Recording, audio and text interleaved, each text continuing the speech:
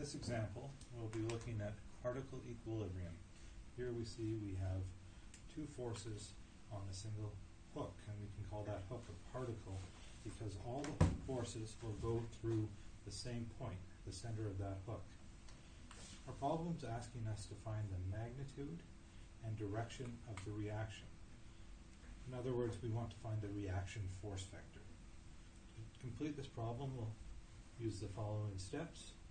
Step number 1, we'll draw the free body diagram, or FBD. Now, a free body diagram, as we said in class, is just a simplification of the problem. It takes all the fancy hooks and whatnot away and reduces it to a single set of force vectors and any geometry we need to solve this problem. We can start by identifying our particle. On top of that particle we have a force F1, and this is going in the vertical upwards direction. Or I'm sorry, this is F2, and that's 80 kilonewtons. We have a second force, and this force F1 is 100 kilonewtons and is acting at an angle away from that particle. And that angle has a 1, 1, root 2 triangle. In other words, for every 1 unit it moves over, it moves up 1 unit. The length of the horizontal is 1, the length of the vertical is 1, and the hypotenuse of that triangle is root 2. Root 2 is the square of the, or is the root of the square of both sides. We have two further unknowns to this. In fact, we have one unknown, and that's our force vector. But our force vector can be broken down into two components. So let's call this Rx and Ry. And here we'll recall our positive coordinate system has x going to the right and y going up, and angles starting at the x-axis and rotating counterclockwise is positive. So if we don't know two items, we'll draw them as positive and then use those values in any equation and try and determine their magnitudes. And if they come out as positive in our solution, that means we drew them correctly. If they came out as negative, that means we drew them acting in the wrong direction. Now we could further simplify this particle equilibrium problem down into pure force components. F2y is equal to F2 is equal to 80 kilonewtons. Since F2 was acting in the y direction already, there's no x component to it, and the entire amount of that y force is applied in, or the entire magnitude of the F2 force is applied in the y direction. We have F1x, which is equal to 1 over root 2 F1. This is equal to, 100 over root 2, and that's equal to 70.7 kilonewtons. This 1 over root 2 ratio comes from our similar triangles of the applied force direction. We have F1y, and F1y is equal to F1 over root 2, the same as F1x was. This is equal to 70.7 kilonewtons. On top of that, we have our two reaction forces, Ry and Rx. So this is our free body diagram for this problem. This is also a free body diagram. However, we've simplified this one slightly further here by breaking it down into your Cartesian force vectors, or force components. Step number 2, after we've drawn our free body diagram, is to apply equilibrium.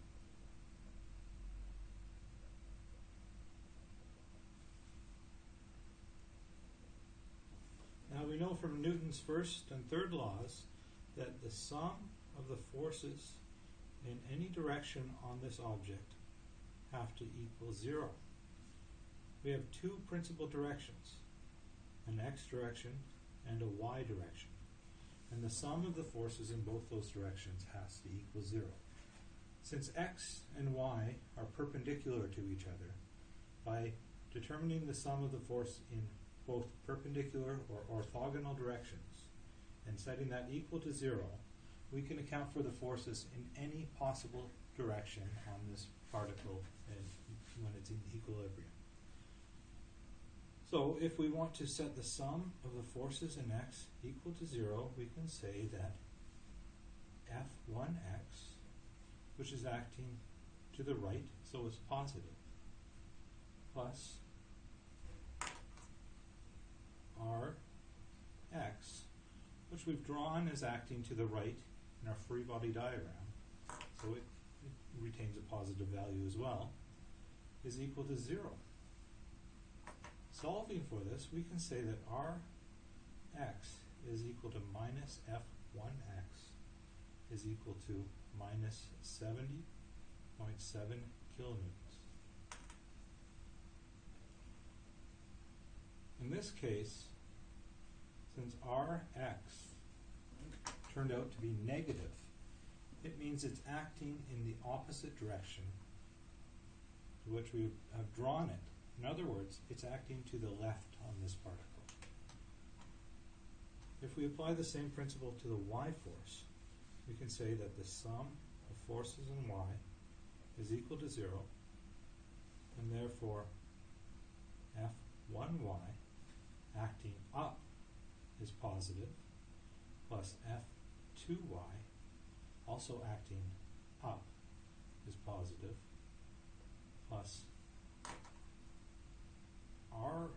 Ry also acting up as we have drawn it is equal to 0. Since all of these were acting in the positive y direction, they're all positive in our equation. Now we can plug in the values that we know and say that 70.7 kilonewtons plus 80 kilonewtons plus Ry is equal to 0. And this gives us Ry is equal to negative 150.7 kilonewtons. Now, this minus sign means a lot to us. Since Ry came out as negative, and so far we've been following our positive sign convention, as described here, for this entire problem, we can say that Ry is acting opposite to the way we've drawn it. Ry is acting down on the particle. Now that we've solved for our reaction force components, we should sketch them out. So we're going to draw reaction components.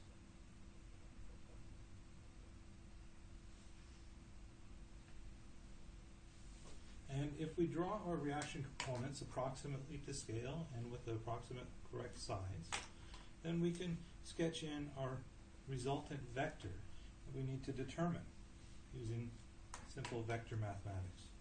So if this is our particle, we know that we have an Rx is equal to minus 70.7 kilonewtons. So we can go over a value here. Rx is equal to minus 70.7 kilonewtons. And we can go down a value here. Ry is equal to minus 150.7 kilonewtons. And the resultant vector is the sum of these two vectors. The sum of the vector can be found by adding the tip to the tail and forming our vector parallelogram and then our vector triangle. Since we're dealing with vectors that are orthogonal to each other, in other words separated by 90 degrees, we can simply say that this vector triangle boils down to a resultant vector that can be found as the sum or the square root of the sum of the squares of the sides. In other words, at the bottom here we've got Rx, and at the side we have Ry. If we know that we have a right triangle here with Ry as the height, Rx is the width, and then R is the hypotenuse, we can say that R is equal to the root of Rx squared plus Ry squared, using Pythagorean theorem. This gives us, and I'll go down here to finish it, R is equal to the root of negative 70.7 squared, and since it's a negative being squared, it will turn into a positive value, plus minus 150.7 squared. And we're taking the square root of all of that. We end up with the magnitude of our resultant force vector is equal to 166.47 kilonewtons. But we're not quite done yet. On top of that, we're going to need to find an angle at which R is acting relative to a known quantity. So here, let's define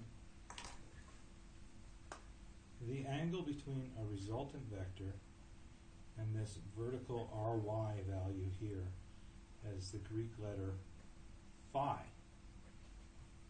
And we can say that phi is equal to the arctangent of the absolute value of Rx over Ry.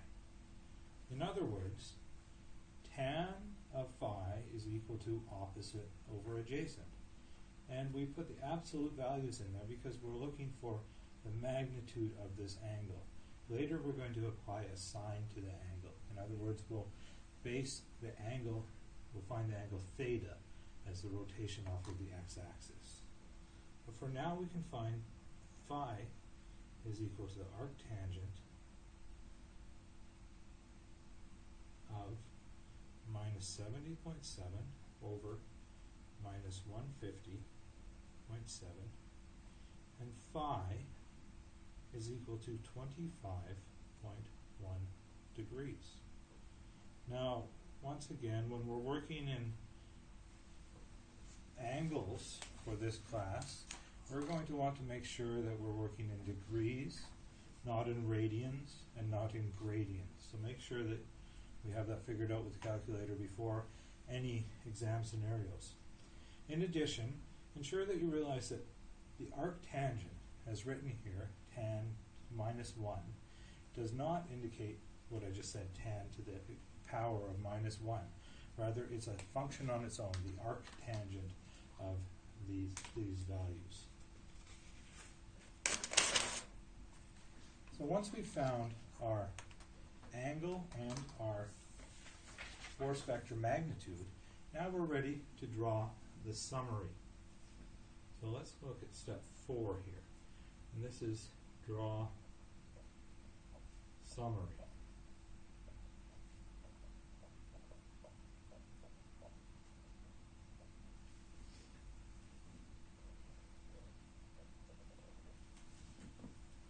So in a summary of our problem, we have our particle. And on our particle, we have a force, F1. or F2, I'm sorry, F2 is equal to 80 kilonewtons. We have a force F1 is equal to 100 kilonewtons. And this force is acting at an angle 1, 1, root 2. That also happens to be at a 45-degree angle off of the horizontal, if we were to calculate that. Now, if we draw in our x-axis here, and our y-axis is vertical along that F2, excuse me, we know that our resultant force vector came down and to the left here. It had a magnitude of R is equal to 150.7 kilonewtons. And we had defined an angle already here. We have defined an angle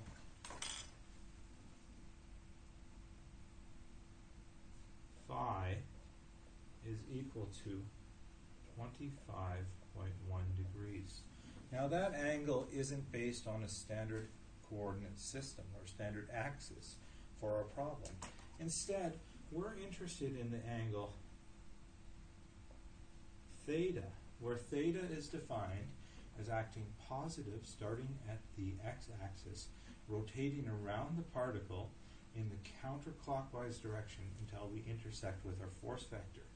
In other words, for this calculation, we can find theta as the angle to this dashed line, 270 degrees, minus 25.1 degrees. So theta is equal to 270 degrees minus phi. And this is equal to 270 degrees minus 25.1 degrees.